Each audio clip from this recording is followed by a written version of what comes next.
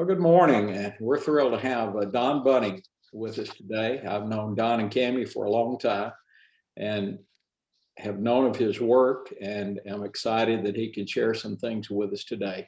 Don, thanks for joining us.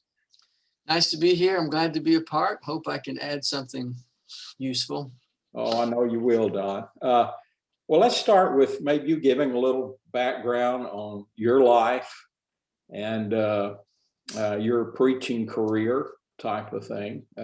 Just give us a little background about yourself. Okay. Well, may know I grew up in a preacher's family. My dad's a preacher, and Tom Bunting is now deceased. But so I grew up in the church and in the work, very much closely connected to it.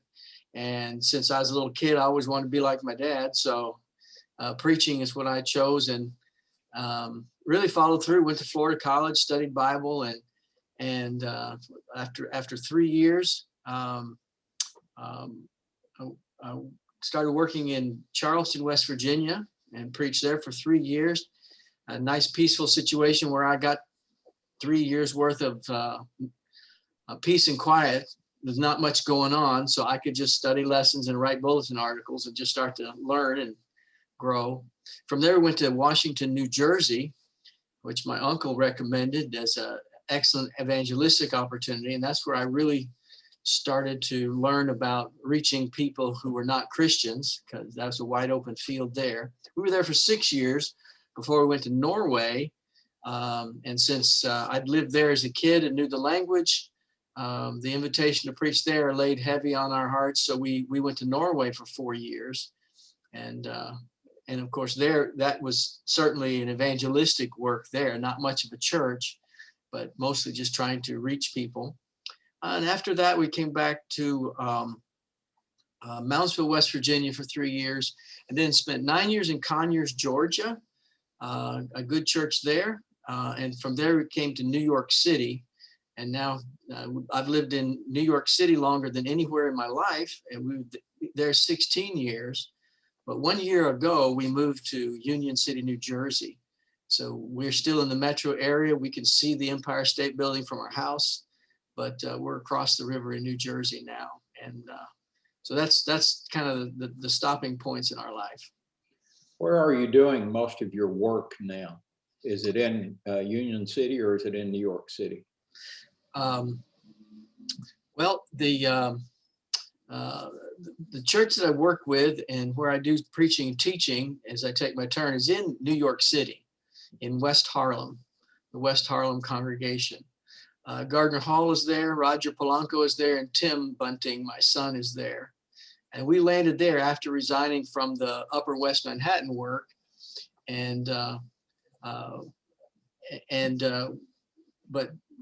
having moved to New Jersey is really with the intention of starting a work here. And so really, even right now, we are on the verge. Last week was our first midweek service here. And we're going to more and more be focused in our work here, starting a new congregation in New Jersey. All right.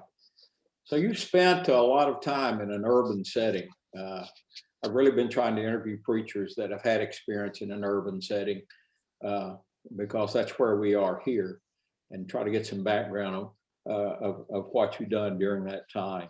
Kind of describe the nature of your work when you were in New York City during that time. All right. Took a little while just to kind of get the feel of where I was and what to do. Certainly, a lot of the work is the same as you think about ministering in a congregation and edifying and keeping up with people. But it became apparent that evangelism really needed to take a front seat in my efforts. And in a city, of 9 million, how do you reach? There were no other conservative congregations in Manhattan, and not really much faithful churches in New York City as a whole. So I really felt like we needed to make ourselves available to the whole city as much as we could. So how do you do that? You could door knock every day of your life for 40 years, and I'm not sure how many you actually get, but it's not anywhere near 9 million. You just touching such a small segment. So the church fortunately had a large amount of money, um, just from a cumulative of contributions, but only paying rent and not really using it. I said, we either need to use this money to support our preacher, or we need to start spending it on evangelism and trying to reach people in this city. And which I recommended number 2, because you spend it all on the evangelist and then he's got to start raising his support all over again. But if we can start reaching people, then that's a better plan for long term. So we started by advertising in the local commuter newspaper, and we were spending about $3,000 a month on an ad that was maybe 2 columns wide on the newspaper, 2 columns wide, about 5 inches long. And we used the same format and look and color scheme and everything every time it appeared, so that people would get used to seeing it.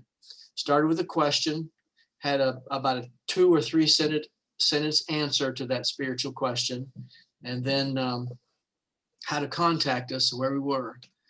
And I started getting phone calls. I averaged 30 phone calls a month. People saying, well, tell me about your Bible classes. And then I'd start, and the first calls I got, I didn't have any Bible classes. So I made them up. I said, well, on Thursday night, I'm going to be teaching, and I filled in, I can't remember what my first topic was. I'm going to be teaching Matthew Thursday night down here at this open public space. You can join me at 7:00. I didn't do that on the first call because I didn't think that quick. But after about 3 calls like that, I realized I had to provide a class. And then people started coming. And so out of 30 calls, 30 new contacts a month, I would get about 15 of them that would actually come to the class. I would get about 6 or 8 of them that would finish the study. And about 4 of them would keep studying with me. And so during that time, I was baptizing about, I think it was 8 people every year for about 8 years. Just setting up classes from those newspaper ads. And the thing, I guess what I'd like to suggest is that couple of things. Number one, we need to let people know how to find us. We need to do what we can, personal work, we say, knocking on doors or reaching out to people and trying to contact them. But there's way more people looking than we will ever meet, and we will never find the right ones. So we have to put ourselves out there in a way that when somebody says, I wish somebody could teach me the Bible. It's like in a small town America, as you come into town, there's a billboard with an attorney up there. And nobody calls the attorney until they're ready and they want him. But when they need that attorney, they go back to that billboard and write down the phone number. And then they call. I said, we need to be on that billboard, whatever that particular is. So we use this newspaper that way and got a lot of response from that. What happened, though, is after several years, I quit getting phone calls. Instead of 30 a month, one month I got 99 phone calls. It's hard to keep up with that. But it got down to where I was only getting, say, 6 calls a month. So what's wrong? What's wrong? What's changed? And Cammie's the one that figured it out. She said, because she was on the trains more than I was at the time, commuting. And she said, nobody's looking at the newspaper anymore. They're looking at their phone. Everybody on the train was on the phone. Their smartphone, and that's where people were getting their information. And that's when I switched to, I quit running the newspaper ad and got serious about website presence, easily accessible with the search engine optimization, finding my keywords. People see my website and then call me with their question. And I had help setting that up because I didn't know anything about any of that. But I went from, say, 2 visits to my website a month to 1,000 website visits to my my site, 1,000 per month. Some months higher than that, some months a little bit lower than that, but about 1,000 a month. And out of that, then I would get phone calls. People would fill out the information form, and I got classes. So I think it's key to finding, where do people go when they're looking for whatever it is they're looking for? And we need to be there in a very visible way. Well, I know now, I think you mentioned to me that you were spending a few $100s each month on Google search in order to make your Bible study website come up first to those who were in your area. There's a way of doing that. Mm-hmm. Yes, and so far, I don't know if this is the best or not. I need to find out and improve probably now, but I was using Google Ads. When you do a search on any item, let's say the first 4 or 5 listings will have the word ad by it. And so those people have paid for their site to come up at the top of the list. And sometimes it used to be that they would come up in a column along the side instead of at the top. But either way, the ad appears. It's very brief, very short, and then you pay per click. But we were paying $300. I had some money that was donated to use in the work, and so I used it for this advertising. And so I was really spent $300 a month. And I've got a mailing list of 360 people that have given me their personal information that I send them a newsletter now. And out of that, those people call me for Bible studies or ask me questions. So again, now the website, Paul and Barnabas, and we see those first century saints, they were always in the marketplace, right? So we need to go to the marketplace. So, what you figure out where the marketplace is in your community. And it's not the yellow pages anymore. Used to, all you did is put your name in the yellow pages and people are going to find you. But that's not it anymore. So. Well, how else do you try to keep your name before the people to make yourself available? That's really the main thing that I've done recently. Now, the last few years, it's mainly been by the web presence, and I've gotten so much response from that that I was not really inclined to look for any more, because I'm barely keeping up with, responding to their emails, or their phone calls, and setting up the classes. I have about 10 individual classes a week, 8 to 10, and then doing Zoom class in the evenings. So I kind of quit looking for more because I was my plate was full. Talking to you guys, I don't know if this is the best way for you to go about it or not. I believe that you just keep trying whatever media and whatever format you're getting yourself out there until you figure out what's going to work. And I mentioned the billboard a while ago. I think the Lord's people might find which corner and which billboard they can afford and give it a shot for about 6 months and see what happens. You think of the traffic that goes by there, and it takes a while to build some confidence and credibility. But so, I don't know if the newspaper, radio, I think certainly internet is the cheapest and maybe the most effective. But we're going to, right now we're building a new website. It should be ready in about 10 days. A new website for the work here in New Jersey. NYC Bible Teacher was the site for New York, nycbibleteacher.com. And so now Tim and I are putting it together. NJ for New Jersey, NewJerseyBibleStudy.org will be the new site, and we'll promote that site here. But we're in a different kind of community here too. This is more working class, less professional, more working class people here. It's the most densely populated county in America, right here, no church. We're going to put flyers up in laundromats because there's a lot of laundromat use around here. We're going to hang a flyer on our fence out in front of our house. So flyers out, we're going to get on the street and pass out literature. I do want to say this. I haven't personally been a part of this, but in Manhattan, Roger Polanco has connected with some young people that have come to his studies, meetup studies. And West Harlem Church has baptized, I think it's over 30 people in the last 12 months. And not all of them, but almost all of them are young people, singles in their mid to late 20s. And had baptism this past Sunday, and another gentleman that I'd never met before. And they're on the street looking for contacts, and that's how he's getting the contacts. And it's these are not middle income families. They're just young people who are just out on the street, and there's nothing in their lives. They don't know where they're going, what their purpose is, and most of them aren't interested in the gospel.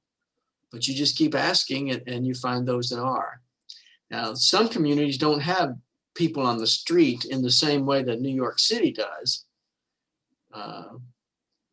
But I just am convinced that there are people all around us who are looking, and we just have to find them, and we certainly have to put ourselves in front of them so they see us when they're looking. Okay, these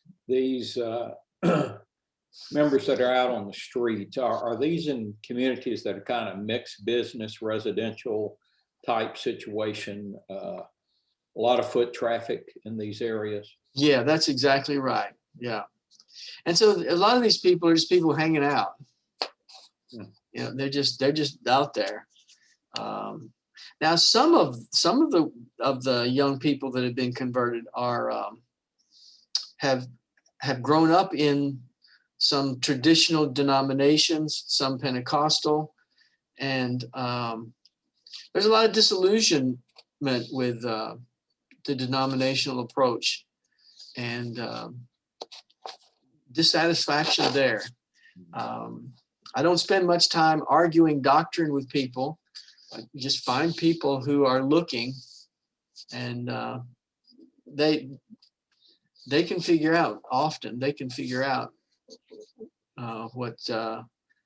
when things are not as they ought to be. They're not what's really found in the scriptures. Well, I know Conyers, Georgia was a much different setting from where you were. How do the prospects differ in those two places? Not as many, and of course, part of the difference has got to be population density. Mm-hmm. And I don't pretend that if everybody did what we did, they'd have the same numbers. I mean, we're just starting with this high density people. So that's one thing that's very different. Another difference is we were not aggressive in getting ourselves in front of people. I will say one thing that really was effective in Conyers. During the last part of our stay there, the church built a new meeting house, and it was on a road that was a pretty busy traveled road between Conyers and the interstate. And so there's a lot of traffic on that road.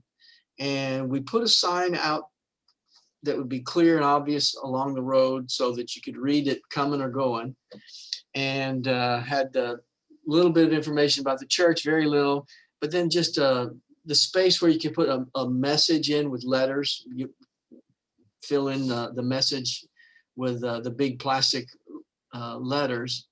And I made a point of changing that every week with two different messages, one on one side, one on the other. And I got tired of all the silly little statements. I can't even think of one now. There's 7 days without God makes 1 week. Okay, I didn't use that. Or I only use scripture. I would take, and really only portions of scripture. Typically, they were positive and invitational, but I would mix in some of our more controversial preaching points, baptism for the remission of sins, for example, I'd mix those in, but they would be occasional, but they would be mixed in with an appeal for the gospel. The Lord is not slack, in his promises like men are, and whatever. But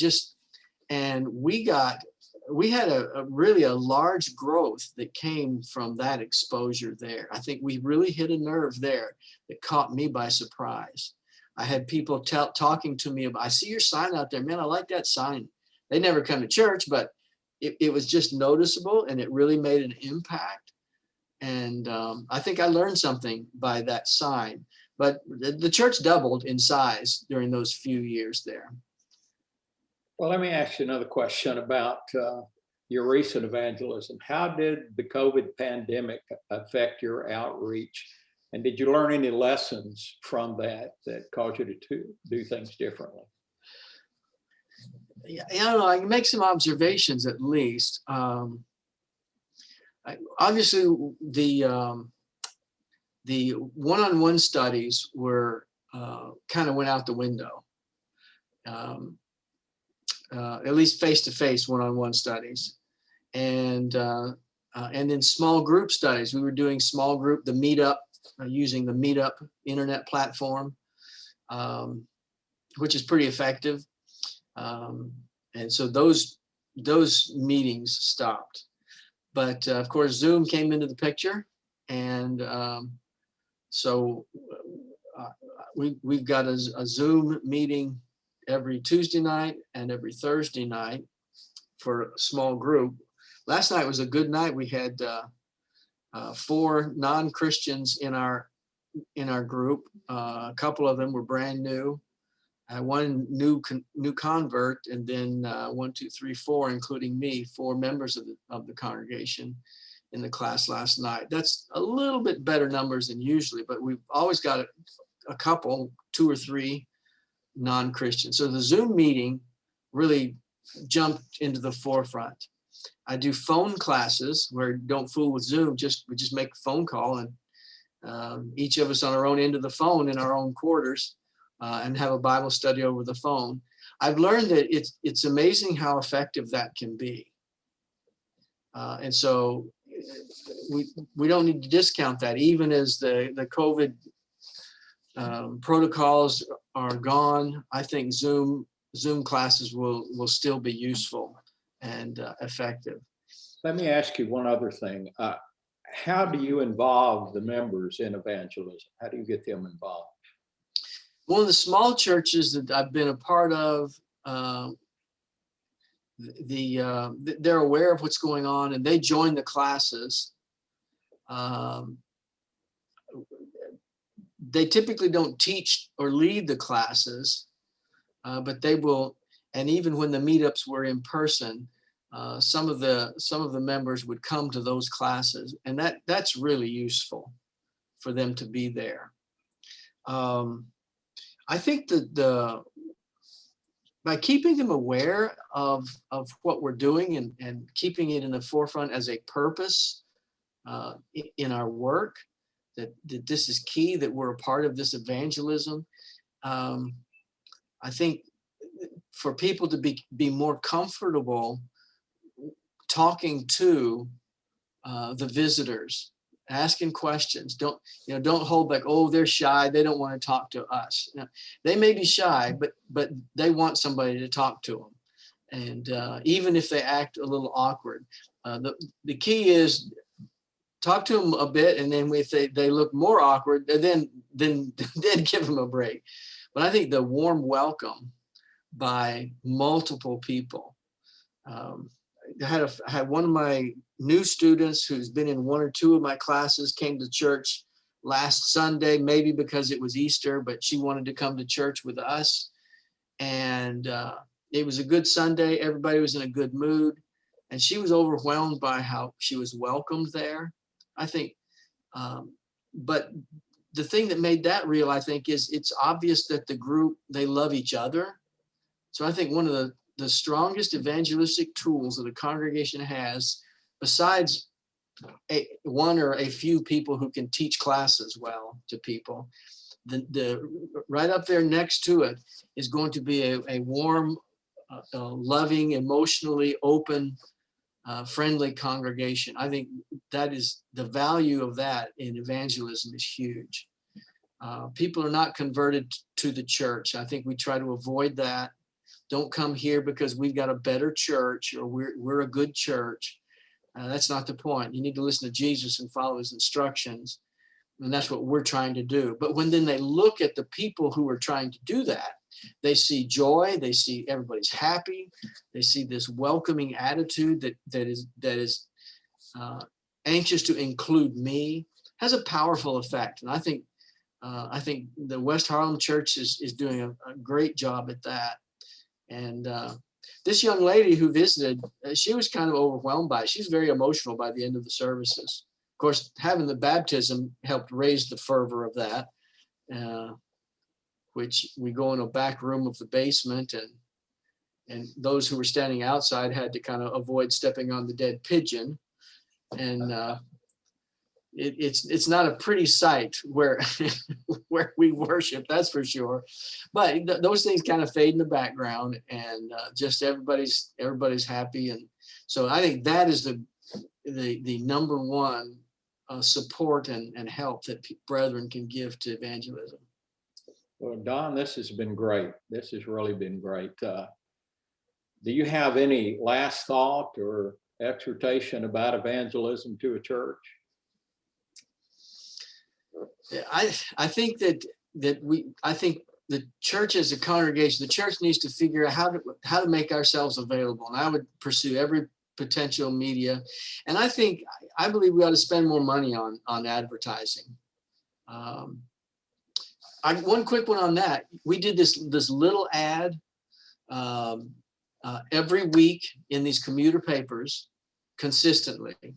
And then one day, the New York, not the New York Times, the New York Post, they wanted to interview me and highlight our church in the New York newspaper. I mean, this is, the Post and the New York Daily Post. And so we had a half a page spread with a huge picture. I thought, man, this is really going to blow it wide open. I did not get a single call after that big splash in the newspaper, not one. And so go back to these little ones that we ran every week, that were there every week saying, you need this, where's your life going? You need direction. This little bitty thing, would you like to study the Bible seriously? Don't you wish you knew the Bible? That consistency in that advertising was way more important than the big splash. Okay, Don, this has been great again. Really appreciate your time. We'll probably be drawing on you as a resource in future. I know I will be. You've been so successful. The Lord has blessed you in your work in evangelism. And thanks for doing this for us today. Oh, I'm happy to share some things. I hope they're useful. I appreciate the good work you guys are doing and the effort you're putting into improving. So thank you so much. All right. Thank you, Don.